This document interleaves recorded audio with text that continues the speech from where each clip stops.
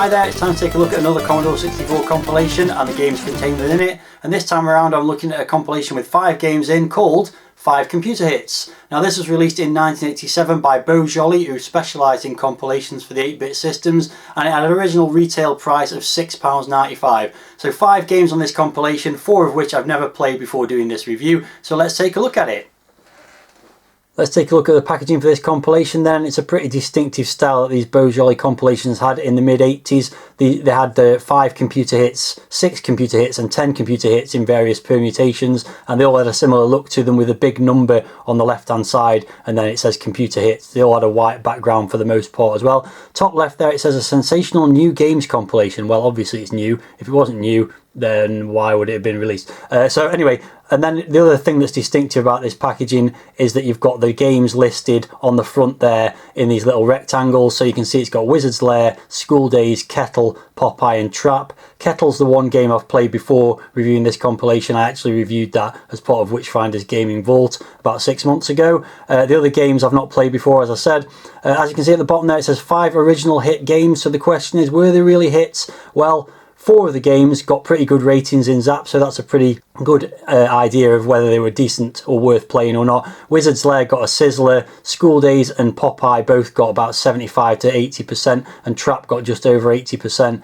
The one outlier was Kettle, which I think they gave about 35% to, which I personally thought was a bit harsh. But so I think you could say that while they weren't the absolute best games, they were all reasonably well reviewed when they first came out. So describing them as hits seems fairly fair. So moving on to the spine, you can just see it says 5 computer hits and the name of the system it's for. These compilations were released across multiple platforms, not necessarily with the same games, depending on which system they were released for.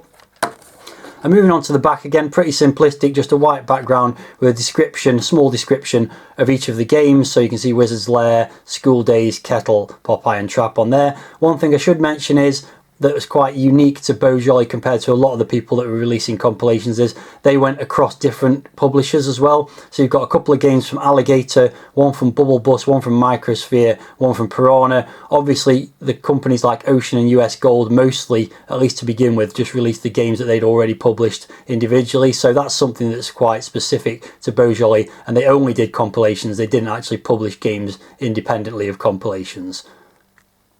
So here's a look at the tape for this one. You do only get 1 cassette, even though it's a double cassette style case, and it's got all 5 games on both sides of the tape, which is probably quite unusual. Usually you'd get maybe 3 on one side and 2 on the other, but no, they've put all 5 on one side and then all 5 on the other, which is kind of decent because it means if it didn't load on one side, at least you've got a second chance. One thing that is interesting though is both sides are classed as side A, so it has printed exactly the same bit of text on both sides. It's printed onto the tape, pretty boring grey tape otherwise. So let's move on to the instructions. There's been quite a bit of graffiti, shall we say, done on this.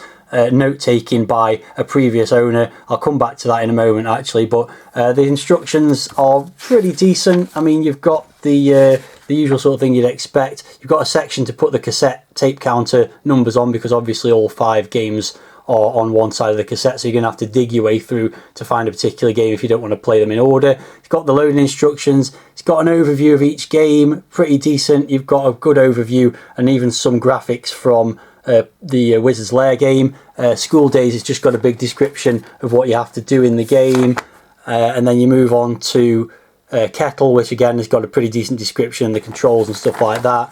Let's move on again. We've got Popeye, which is pretty simplistic. It's just like a half a page, or half a page actually. And then Trap, you've got some quite comprehensive controls to there, although no sort of backstory for the game. So that's pretty good. It's also got the instructions in German. One thing I did want to point out is when you look at Skool Daze, it does go on to talk about, if you've played the game you'll know this, that you have to find the combination for the safe to get at your report card. And what I did work out, having had a look at that and seen some of the stuff that's written on this thing, well, firstly there's another bit as well. Wizard's Lair, it's got some kind of passwords or areas written on it there, and on the front of here is some codes and things, which I think are the codes from the safe on Skool Daze, because it also mentions one of the teachers. You have to work out what year he was born, and you can see it says I think that's the name of the teacher there, and 1346. There's little notes written all over it. So I know it's a bit of graffiti ultimately for someone who's a collector, but I don't mind stuff like that. It gives it a bit of history.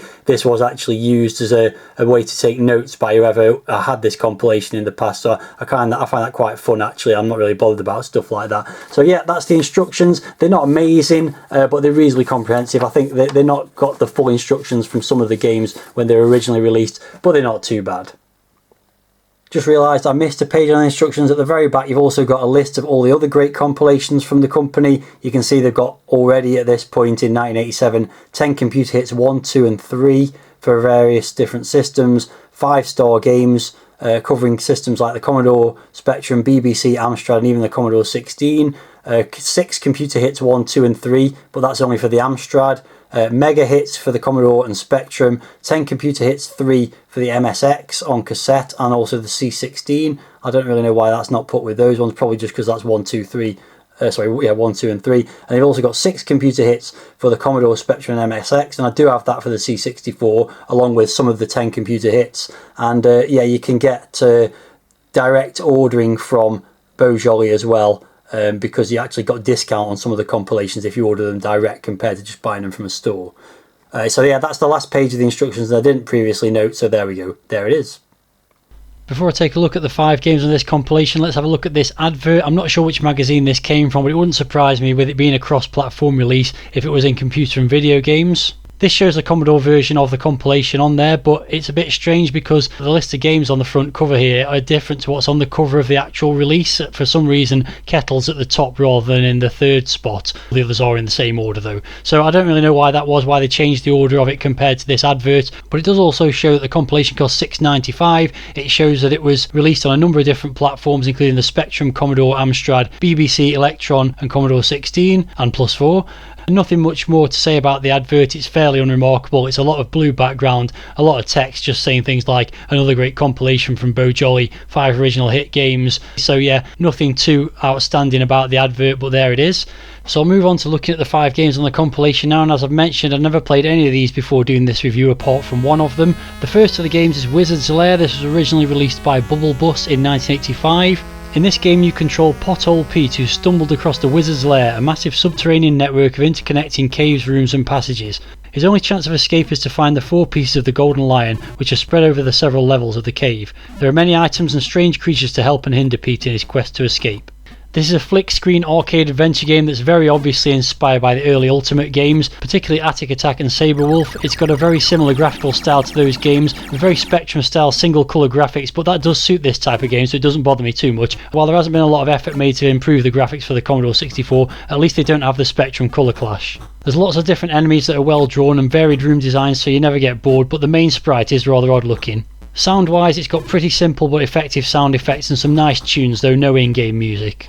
The arcade style gameplay is smooth and fast paced, and there's lots of good ideas, including a variety of different pickups with varying effects and multiple ways to progress through each level. Each screen has a number of doors in it, and some of them open and close at random, which is a nice touch because it makes you think about when you've got to move through them, while others are permanently open and others need keys to unlock them. One nitpick there though is it's sometimes hard to position your player to get through the doors as they're exactly the same width as the character itself. As you make your way through the game, you'll find transporters, lifts and trapdoors that help you move between levels more quickly. Eventually you'll find passwords that allow you to skip floors when you've made more progress, and that does mean that the more you play the game, the further you'll get through without having to retrace your steps every time you play. One thing that does make every game different is the random placement of items, some of which do more harm than good. As a result of this, you'll find that sometimes you'll get quite far in the game and other times you'll be dead within minutes after picking up items that drain your health or even kill you outright. Speaking of which, there are some instant kill objects such as skulls that can be randomly placed in areas where you have to kill yourself by touching them to make any progress in the game. That's not particularly fair. Every screen is packed with respawning enemies, which I'm not a fan of, but there are also enemies that kill you instantly if they touch you, and it's quite hard to tell them apart. It also doesn't help that the enemies spawn from doors, so you can end up being hit by them as you're trying to exit a room, which is particularly galling when it's an instant kill enemy. You can also find yourself getting stuck by running out of keys or weapons, and your health constantly diminishes too, so there's a lot stacked against you in this game which can make it frustrating. It seems to be a large game with lots to see and do, and it's quite addictive, but it is really hampered by those instant deaths, diminishing energy and the sometimes unfair item placement from one game to the next. This is another one of those games from that era where it's supposed to be an adventure style game where you explore, but it's really difficult to do that because of the arcade style difficulty level.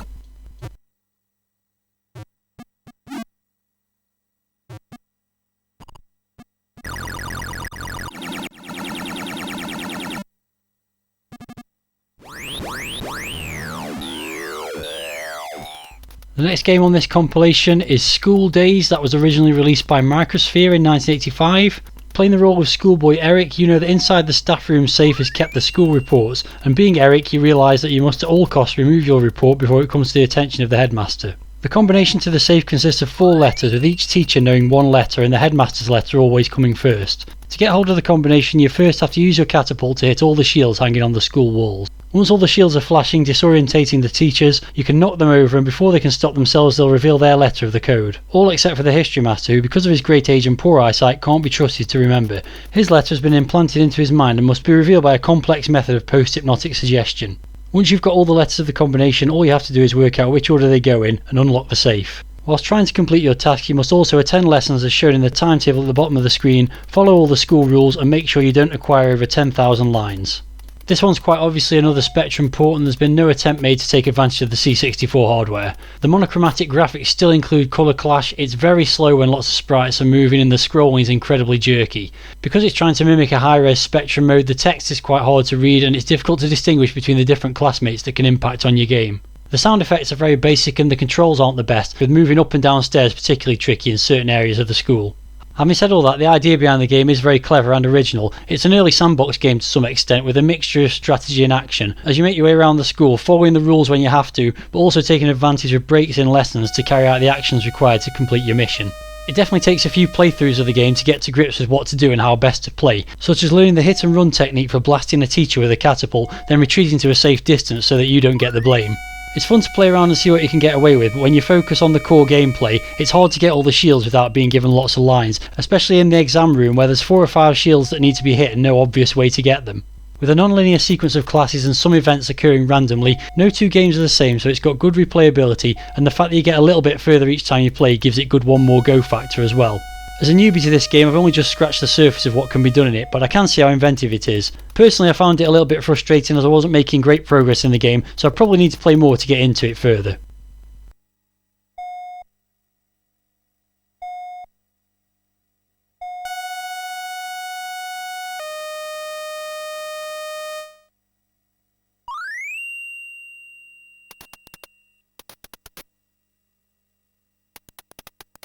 Moving on to game number 3 then, and one that was designed for the Commodore 64 first and foremost, we have Kettle, originally released by Alligator in 1986 and the first of 2 Tony Crowther games on this compilation.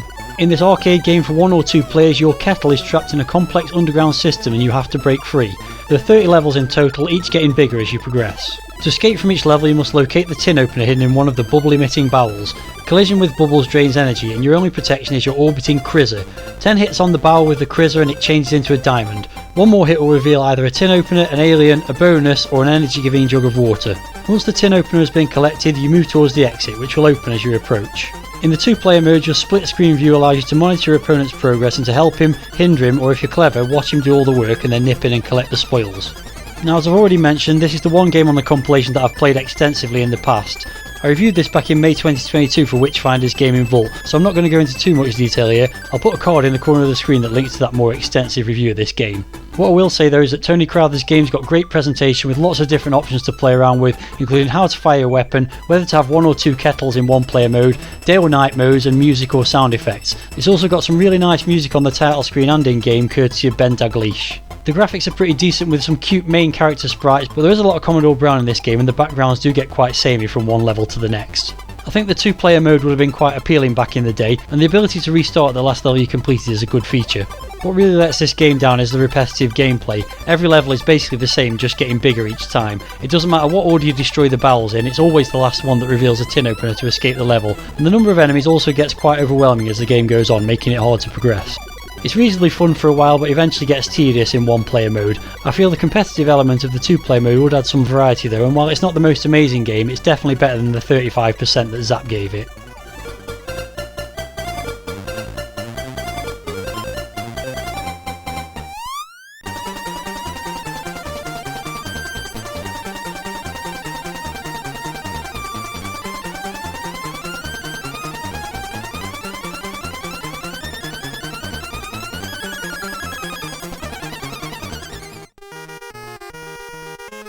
Let's move on to the next game then, and that's Popeye, originally released by Piranha Software in 1986 and based obviously on the famous cartoon characters.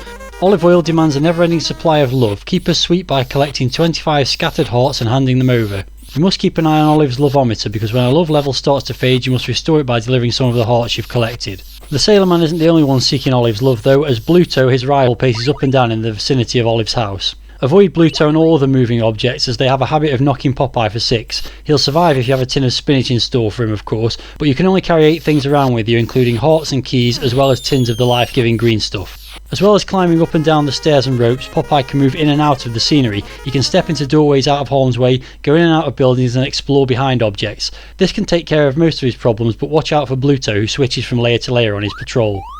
This is another very obvious Spectrum port. It's got large, nicely drawn graphics that represent the characters well, but it's got the familiar vibrant colours for the Spectrum dulled down on the Commodore 64, and the Sinclair Systems colour clash is present as well. You can tell not much effort's been made to make use of the Commodore 64 hardware, because it slows down horribly when multiple sprites are on screen.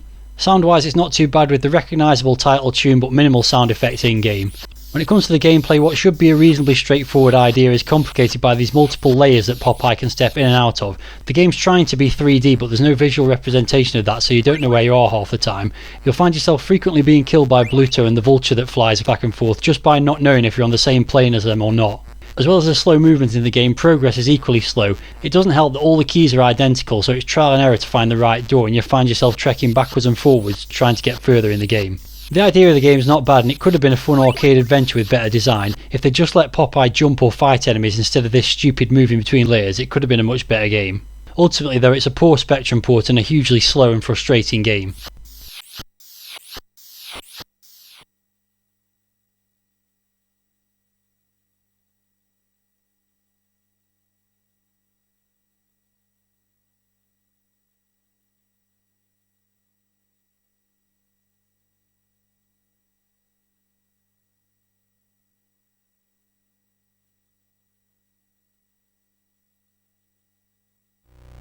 The fifth and final game on this compilation is Trap, originally released by Alligator in 1986, and this is another Tony Crowther game.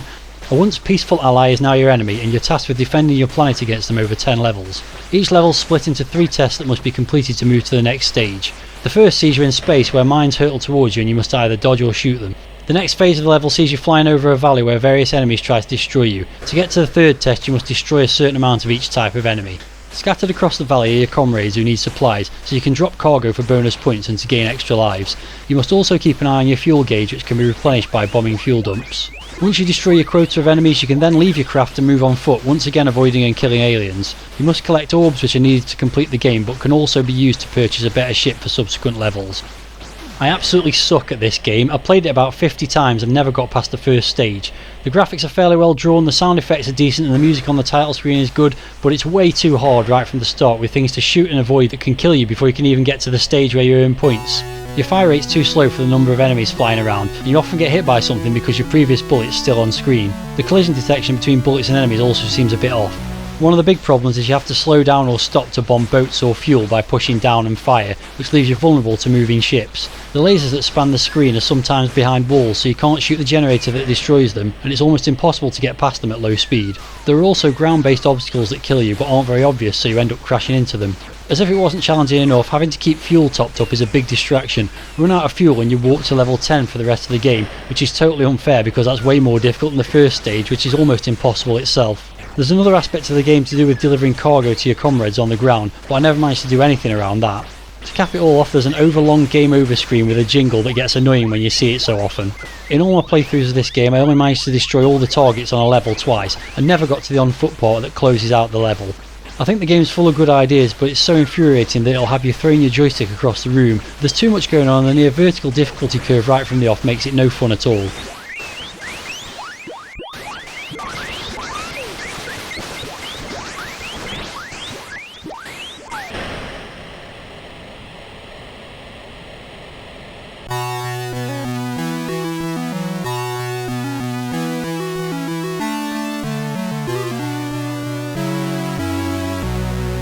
That completes my look at the 5 games on this compilation, so let's move on to giving the game some ratings. So first up, Wizard's Lair, quite an interesting game. I quite enjoyed playing it. It is quite addictive, but it's also incredibly difficult, sometimes unfair, and hasn't taken great advantage of the Commodore 64 hardware, so I'm going to give that 6 out of 10.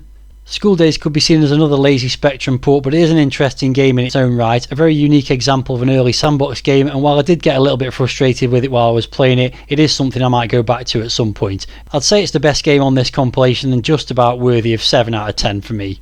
Kettle's a game I've covered in the past, and in my more comprehensive review of it, I did say it was worth 60 to 70%. Having played it again, it is quite repetitive, but I still think there's plenty of fun to be had from it, and I think it's worthy of a 6 out of 10.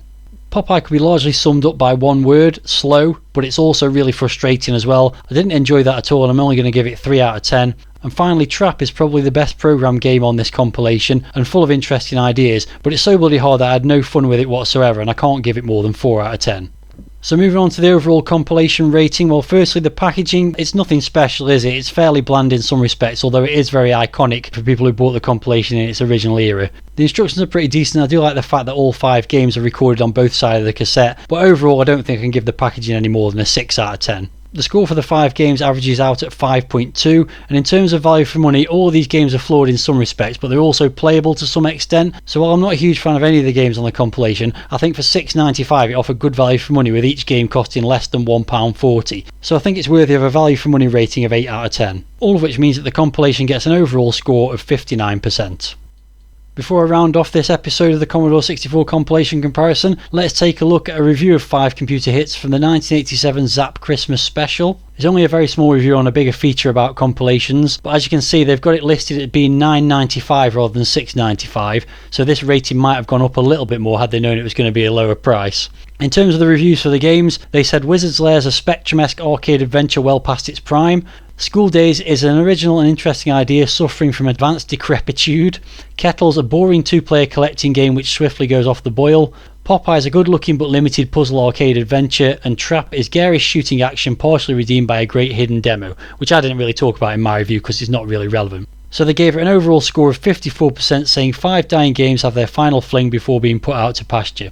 So it's quite interesting to note that all of these games, bar Kettle, got scores around the 80% mark when they were originally reviewed just a couple of years earlier. So it seems that Zap's opinion on these games really did diminish over the 2 years, which probably just goes to show that perhaps they were a little bit overrated in the first place. In terms of the overall score, it's really not that different from my score of 59%, is it? And perhaps if they'd known that the price was going to be £7 instead of 10, they might have given it a little bit higher rating, as I said. So let's bring this review to a close by taking a look at where 5 computer hits sits in my league table, and as you can see it's gone in at 6th place with 59%. I must admit I thought this might rate a bit higher because the games on it seem to be quite decent based on those original Zap ratings. In the end though, I wasn't that impressed by any of them, and 59% seems about right. So the quest continues to find a compilation worthy of knocking Quattro Firepower off the top of the table. That's all for this episode, and if you've got any thoughts about this compilation or any of the games contained within it, then let me know in the video comments. If you're new to this series, then check out my playlist at the end of this video for the other compilations I've reviewed, and if you're new to this channel then please give us a like and consider subscribing. I'll be back with another compilation review in the near future. Thanks very much for watching this one, and come back soon for more retro gaming content.